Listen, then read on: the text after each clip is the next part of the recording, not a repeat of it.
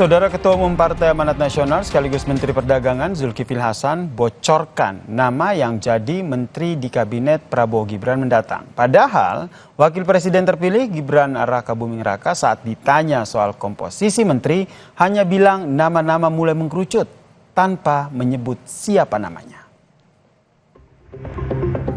Besok Pak Prabowo jadi presiden karena ada teman dekatnya. Betul nggak? Secara gamblang, Ketua Umum PAN Zulkifli Hasan berikan bocoran siapa saja yang akan jadi menteri di Kabinet Prabowo Gibran mendatang. Zulhas menyebut dirinya bersama Erick Thohir dan Sufmi Dasko akan menjabat sebagai menteri di era Prabowo. Menurut Zulhas, salah satu alasan kenapa nama-nama yang disebut akan jadi menteri adalah karena kedekatan emosional dengan presiden terpilih. Nah, kita di Lamongan sekarang ada saya, ada Pak Erick. Pak Erick kali jadi menteri lagi.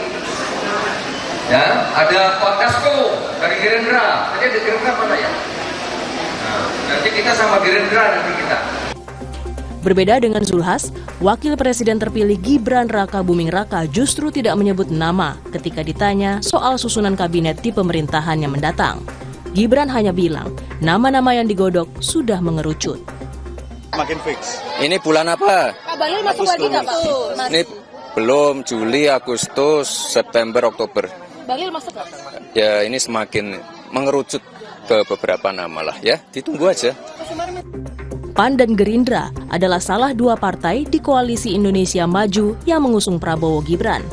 Maka tak heran jika kedua partai ini akan mendapat jatah menteri. Meski demikian, komposisi dan sosok yang mengisi posisi menteri menjadi hak prerogatif Presiden terpilih mendatang Prabowo Subianto.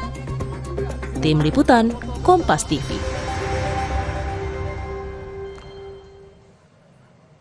Lalu apakah benar nama-nama menteri yang disampaikan oleh Ketum PAN Zulkifli Hasan ini? Lalu bagaimana dengan komposisi menteri di Kabinet Prabowo Gibran mendatang yang akan mengakomodir kepentingan dari partai koalisinya?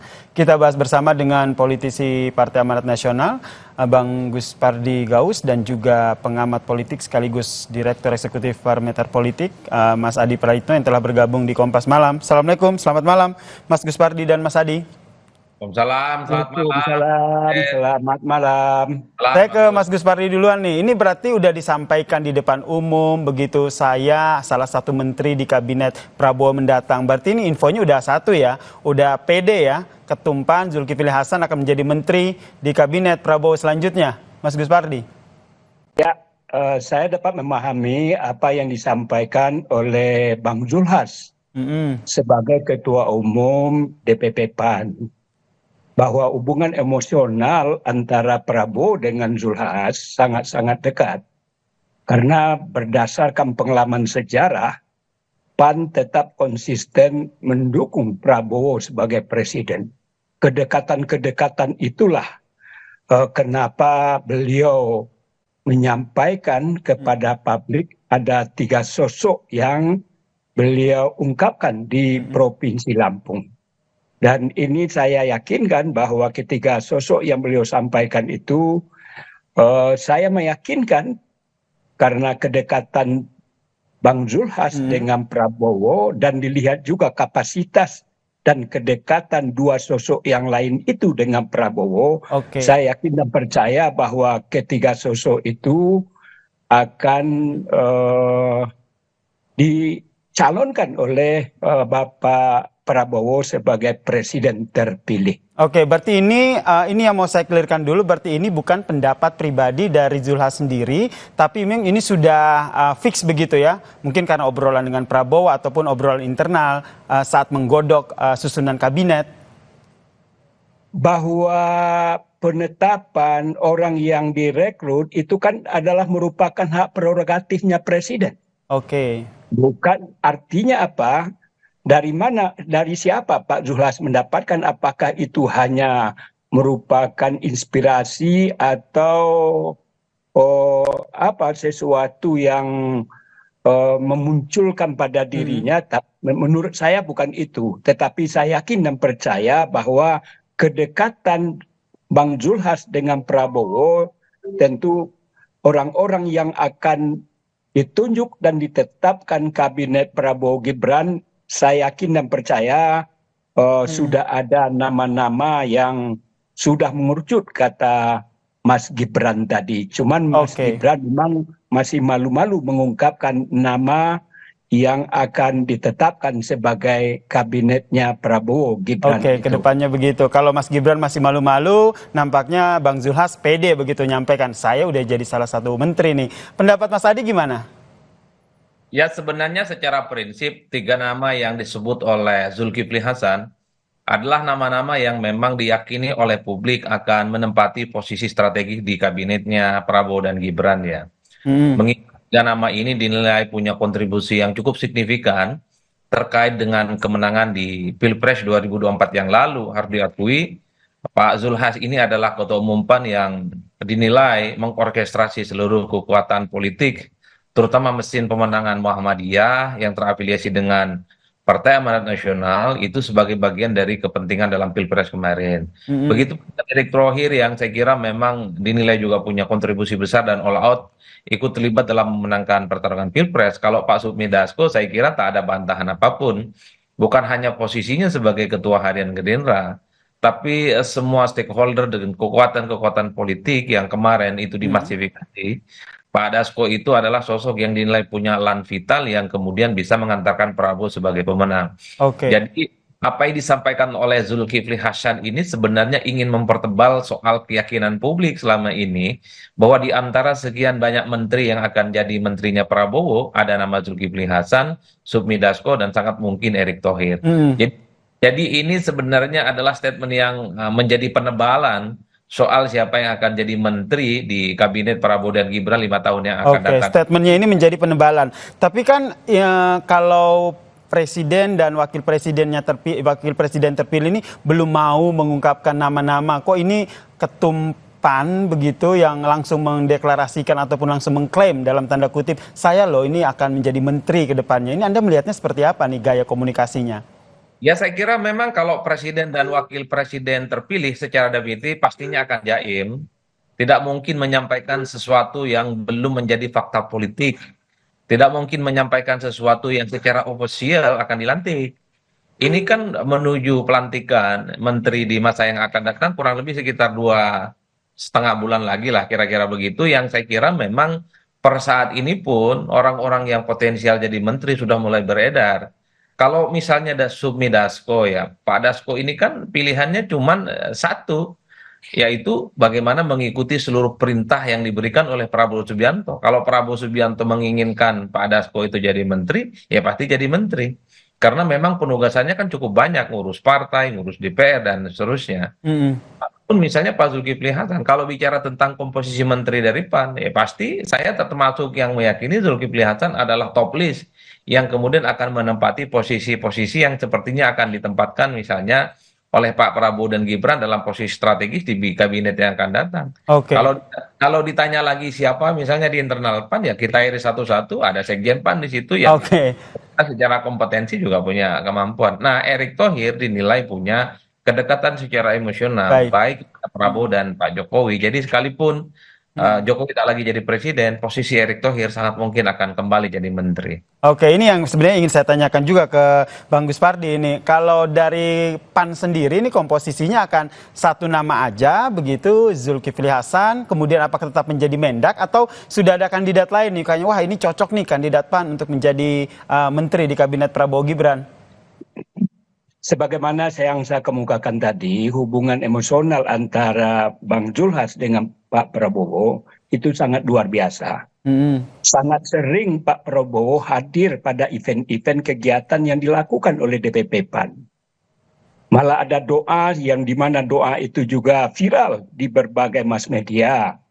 Menyatakan tentang bahwa diyakini oleh DPP PAN dan terutama oleh Bang Zulhas bahwa yang akan mengisi kabinet ke depan itu bukan hanya Bang Zulhas, banyak kader-kader yang siap untuk ditempatkan manakala Pak Prabowo menginginkan calon-calon dari DPP PAN, sebagaimana dikatakan tadi ada Pak Sekjen, ada Pak Hatta, ada Pak Asman, dan lain sebagainya. Ini adalah orang-orang yang punya kapasitas dan kapabilitas untuk ditarik menjadi bagian daripada kabinet Prabowo Gibran ini. Berarti PAN sendiri pede ya untuk komposisi menteri dari PAN tidak hanya satu.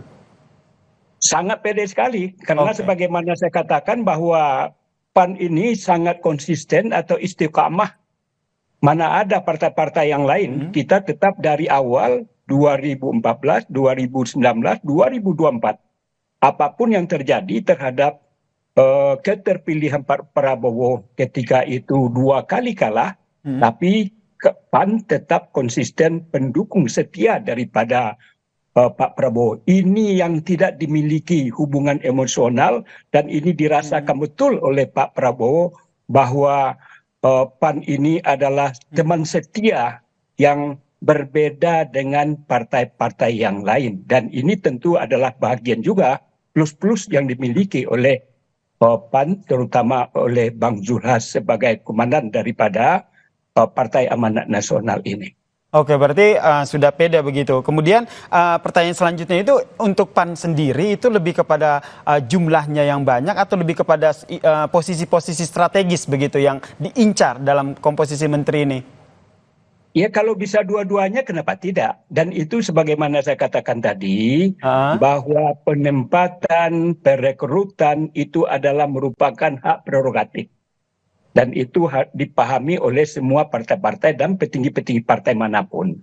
Tentu dalam menentukan dan menetapkan orang-orang yang akan direkrut dari PAN, pasti dialog antara Pak Prabowo sebagai mandataris yang untuk menetapkan orang-orangnya pasti akan terjadi pembicaraan khusus antara Pak Prabowo dengan Bang Zulhas ini. Oke, tapi kita tidak menutup peluang bahwa di Kim ini tidak hanya PAN, tapi ada partai lain begitu, ada Partai Golkar di sana. Mas Adi melihatnya seperti apa nih? Tarik menarik, lobby-lobby politik yang dilakukan untuk mengakomodir semua kepentingan di susunan kabinet Prabowo Gibran ini. Ya, saya kira memang kalau soal posisi yang strategis ataupun tidak strategis, pasti ini menjadi otoritas penuh dari Prabowo Subianto sebagai presiden terpilih. Tapi sepertinya kalau saya melihat historisitas hubungan Prabowo Subianto dengan Pak Zulkifli Hasan, kalau saya menyebutnya PAN ini kan cinta matinya ke Prabowo sejak 2014. Jadi nggak ada calon presiden yang lain yang diusung oleh PAN selain Prabowo Subianto. Jadi loyalitas yang ditunjukkan oleh PAN ini pasti akan menjadi variabel penting di hadapan Prabowo Subianto soal posisi apa yang dinilai pantas dan cukup strategis yang sepertinya sebagai bentuk ucapan terima kasih, reward kepada PAN yang memang sejak awal begitu total memenangkan Prabowo. Yang kedua, Mas, kalau melihat portofolio soal kemungkinan menteri yang dari PAN, saya kira memang tidak jauh-jauh dari urusan ekonomi. Oh gitu ya?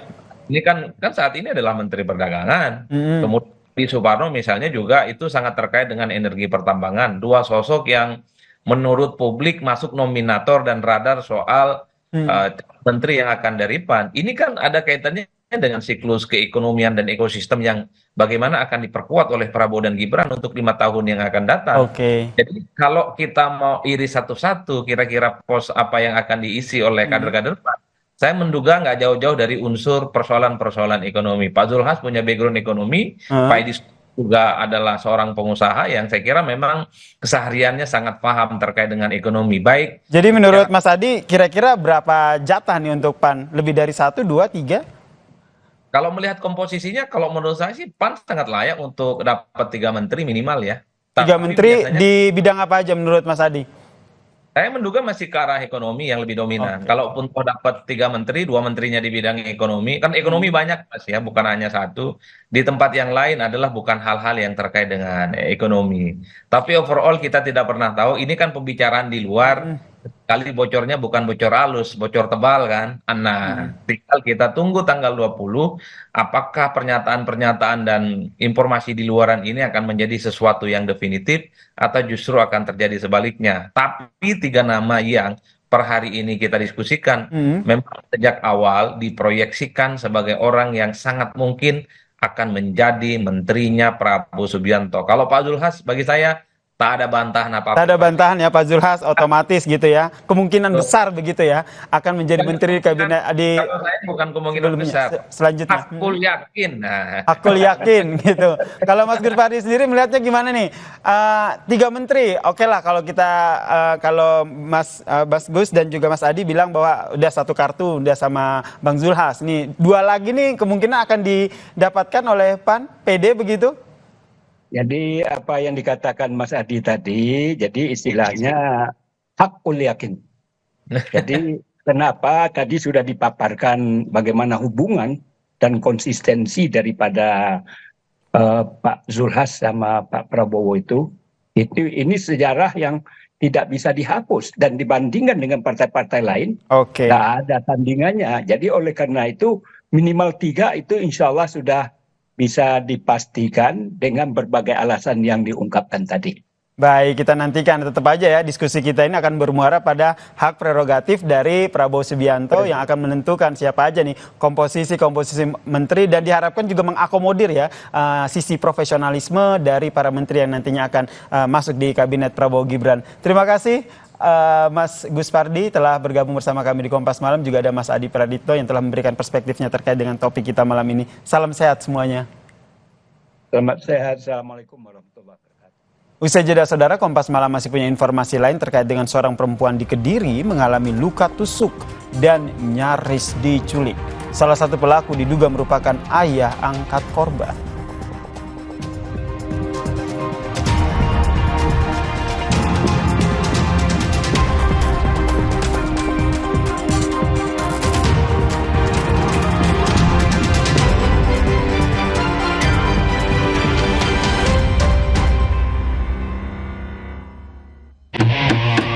Kualitas juara.